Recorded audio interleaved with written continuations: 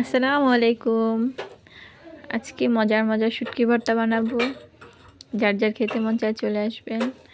এটা হচ্ছে ডাঁটা পাতা দিয়ে কাঁচামরিচ, পেঁয়াজ, ধনেপাতা সব কিছু একসাথে দিয়ে আমি সিদ্ধ করে নিয়েছিলাম। আর হচ্ছে বাঁশপাতা শুটকি। এই তো এগুলো বানানো শেষ। এখন আমি আরেকটা ভর্তা বানিয়ে নেব। এর জন্য শুকনা মরিচ, রসুন, লবণ একসাথে দিয়ে বেটে নিলাম। তারপরে এর মধ্যে আমি শুটকিগুলো দিয়ে দিব। এই শুটকিটার আমি নাম জানি না, কেউ জানলে কমেন্ট করে জানিয়ে দিবেন।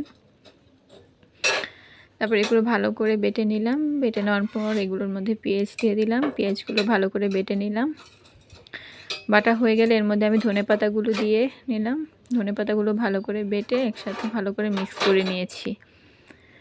এই তো আমার প্রায় বাটা শেষ হয়ে এসেছে। তো এই ভর্তাগুলো বাটা শেষ। এখন আমি এটা একটা বাটির মধ্যে উঠিয়ে নেব। এখন আমি আরেকটা ভর্তা বেটে নেব। ধনেপাতা ভর্তা বানাবো। এর জন্য রসুন, কাঁচামরিচ, শুকনো মরিচ একসাথে দিয়েছি। কাঁচামরিচ কম হয়ে গিয়েছিল, তার জন্য সাথে শুকনো মরিচ দিয়ে দিয়েছিলাম। এই তো ধনেপাতাগুলো বেটে নিলাম। এই তো আমার ভর্তা শেষ। 3 ভর্তার মধ্যে কার কোন ভর্তাটা পছন্দ জানাবেন। এই তো 3 পদের ভর্তাই বানানো হয়ে গেছে। পাটার মধ্যে বেটে আমি আমার ননাস একসাথে একটু ভাত খেলাম। ননাস বলছিল ভর্তাটা অনেক মজা হয়েছে। সবাইকে আল্লাহ হাফেজ।